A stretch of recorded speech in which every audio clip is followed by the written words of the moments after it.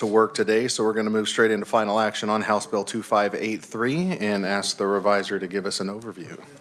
Thank you, Mr. Chairman. House Bill 2583 increases the criminal penalties for harming or killing certain dogs and horses, and it also requires restitution for those offenses to include certain expenses related to the animal.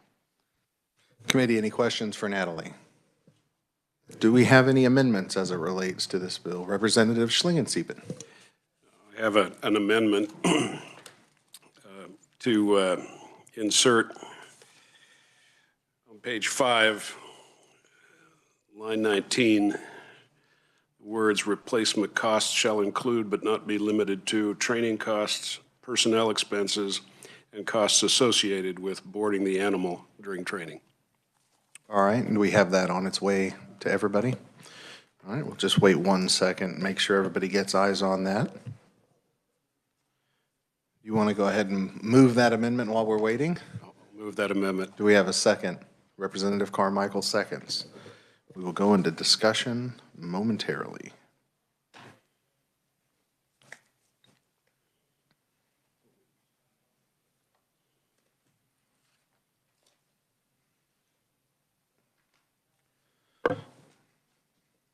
All right, everybody should have this in their email box. Committee, is there discussion on the representative's amendment?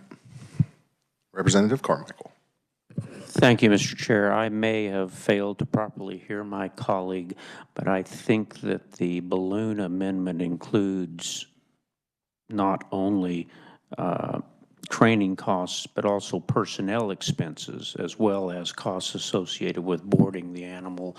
The intent was to make it abundantly clear when the judge awards restitution in these circumstances that the judge have no doubt but what we're not just talking about the cost of buying another dog. We're talking about all of the costs that are incurred in replacing the animal. Representative Schlingensiepen. Thank you, Mr. Chair. I believe that's exactly what I read. Further discussion on the amendment, committee.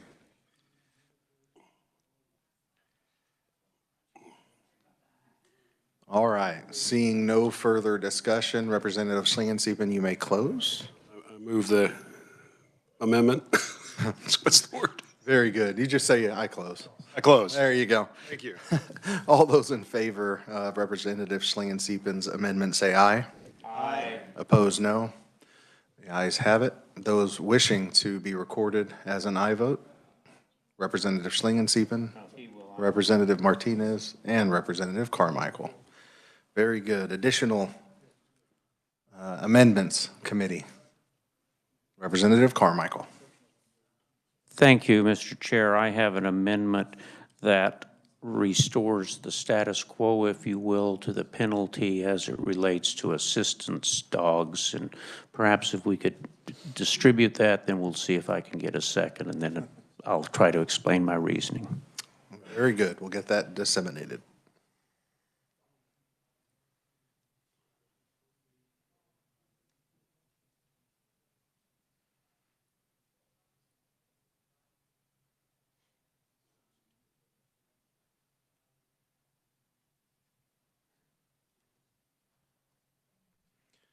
All right, it appears Representative Carmichael's amendment is in our inbox. Would you care to explain? Do I need a second, or did I get one? Oh, yeah. Do you have a second? Representative Schlingensiepen seconds your amendment. Thank you for bailing me out. During the course of the testimony, we heard very good explanation as to why we ought to increase the penalties for law enforcement dogs, as well as by inference arson dogs. And clearly those dogs are placed in great danger by virtue of the nature of their duties, if you will. And it is just as appropriate to enhance a penalty for a dog on duty as it is for a law enforcement officer on duty. Perhaps a greater penalty for, obviously, assaults and murder of law enforcement officers, but there's a good case to be made for increased penalties. However, in the drafting of this bill, and I don't know whether it was intentional or not, it's the chair's bill as well as the speaker's bill, we also took in assistance dogs. And it's not just any assistance dog. It's only the assistance dogs that are defined in KSA 39-1113. And there are 5 categories, or actually 4 categories of dogs there. Guide dogs, hearing assistance dogs, therapy dogs, service dogs, and comfort dogs. I did not hear any testimony that said that we have a problem with people attacking comfort dogs, for example. We enhance penalties in circumstances where we need a greater deterrence than what is provided in the current law. Several years ago in the, I believe it was Judiciary Committee, we heard a series of bills that related to, I believe it was Michael Vick, a football player who had abused dogs. My recollection is, and the reviser's recollection is always better than mine, that we actually did some penalty enhancements for the general crime of assaulting, maiming, etc., dogs and animals. We haven't heard any testimony here that the present penalties are inadequate with respect to these assistance dogs. In part, this bill, though, is also about honoring the sacrifice, if you will, of dogs in law enforcement. And no disrespect intended to comfort dogs, but if we want to recognize the important role those animals play in law enforcement and in our public safety, then we should not cast too broad a net, because then it is all dogs. Like my friend Representative Mon, I love dogs. I like dogs better than most people that I know. And if you left it up to me, anybody who touches a dog would pay a terrible penalty for doing that. But I think we have to keep our perspective here. So the purpose of this amendment is to simply leave the current penalties in place for assistance dogs, but it does one other thing, and it does broaden the restitution for assistance dogs in the same fashion that it does for law enforcement or arson dogs. In other words, if you killed somebody's comfort dog or assistance dog, you're going to pay the price of not only a new dog, but also the training, the boarding, etc., that was invested in that dog. So this is a good bill with or without this amendment. I just think that we ought to restrict the severe penalties for circumstances where there's been a showing of need, and in this circumstance, I personally at least didn't see it. So thank you for your patience with me, Mr. Chair. Certainly. Committee discussion on the Carmichael amendment. Seeing none, you may close. It's hard to summarize an argument you just made, so I would close and move my amendment. All right, all in favor of the Carmichael amendment, say aye. Aye. Opposed, no. All right, the ayes appear to have it. The ayes do have it. Those wishing to be recorded in the affirmative, Representative Schlingensieben, Representative Carmichael, Representative Martinez. Very good, committee. Are there further amendments or discussion as it relates to House Bill 2583? I have a question. Yep. Thank you, Mr. Chairman. In terms of the sentencing, not less than 30 days, no more than 1 year, how is that determined? I think that's not enough time.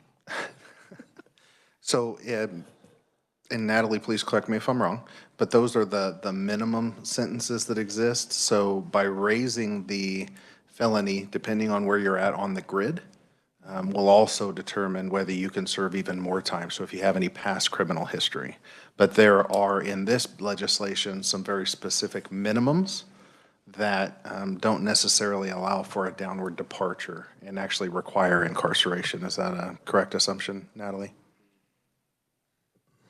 Mr. Chairman, so there were a few, that last part about the departures, I might want to clarify real quick. So the current law provision is inflicting any type of harm on an animal is a non-person felony. Now, that is a non-grid felony, and we don't talk about those very often. They're felonies that are not on the sentencing grid, that are completely self-contained in the statute. So the penalty that you see here of the fine between $500 and $5,000 and the minimum length in jail at 30 days, that is the prescribed penalty for this non-grid felony. The two heightened felonies that you're creating, a severity level 4 non-person and a severity level 3 non-person, those are now going to be on the grid. And typically we would just kind of rely on that grid sentence to carry out, taking the person's criminal history and the severity level of the crime and having a grid sentence. However, in this case, we are imposing a mandatory minimum sentence of 90 days in prison. Now, I will say that sentence is subject to a potential motion for a dispositional departure, meaning that the defendant's counsel could make a motion, even if they're in a presumptive prison box, to have a probation sentence imposed. So that could happen, but even if that downward departure were granted, the person would still have to spend 90 days in prison. I would also note that a severity level 3 and 4 are presumptive prison, regardless of your criminal history. So it's unlikely, without a departure, that any of these people would be serving their sentence on probation. And she says it's so much better than I can. So I'm grateful for that. I'll Thank just you. let you handle those going forward. Further discussion, committee. All right, seeing none, do I have a motion as it relates to House Bill 2583? Representative Mon.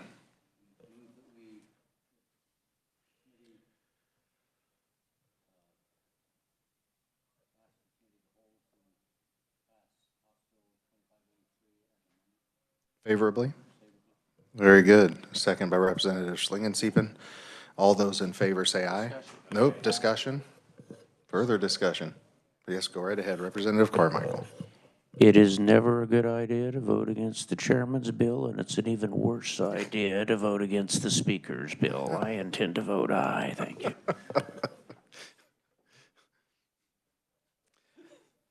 you. Yes. Okay, let's try this again. All in favor say aye. Aye. Opposed, no. All right, the ayes have it. We'll pass it out favorably. Those wishing to be recorded, Representative Schlingensieben, Representative Carmichael, and that's it. I was looking. Representative Martinez as well, please. All right, committee. We'll now move to final action on House Bill 2601 and ask our revisor to give us an overview. Thank you, Mr. Chairman. House Bill 2601 requires certain persons on a third or subsequent conviction of driving under the influence to participate in a multidisciplinary model of service for substance use disorders. Any questions for Natalie, committee? All right, seeing none. Did we get that memo sent out to everybody in the committee? I know one of the concerns on this bill was how it was going to be paid for. You all should have received the memo that clarifies that that's already covered in that treatment. There's already a process and a funding mechanism in place for that. Okay, it was in the email and she forwarded that email. So just wanted to make sure everybody was aware of that. Is there any amendments or discussion on this bill, committee? Seeing none, do I have a motion as it applies to House Bill 2601? Representative Eric Smith. Thank you, Mr. Chair. I submit that we pass HB 2601 favorably. Do I have a second? All right, second, Representative Thompson. Further discussion before we vote? All right, seeing none. All those in favor say aye. Aye. Opposed, no. All right, the ayes have it. Those wishing to be recorded, Representative Carmichael, Schlingensieben, and Martinez. Very good, committee. This is probably our last kind of slow day. We had a lot of bills that finally hit our committee, so there'll be a lot of hearings and working. So pay attention to your agenda because we're going to try to roll through some of these things really quickly over the next about 7 or 8 days. So thank you all for your work, and we'll be adjourned for today.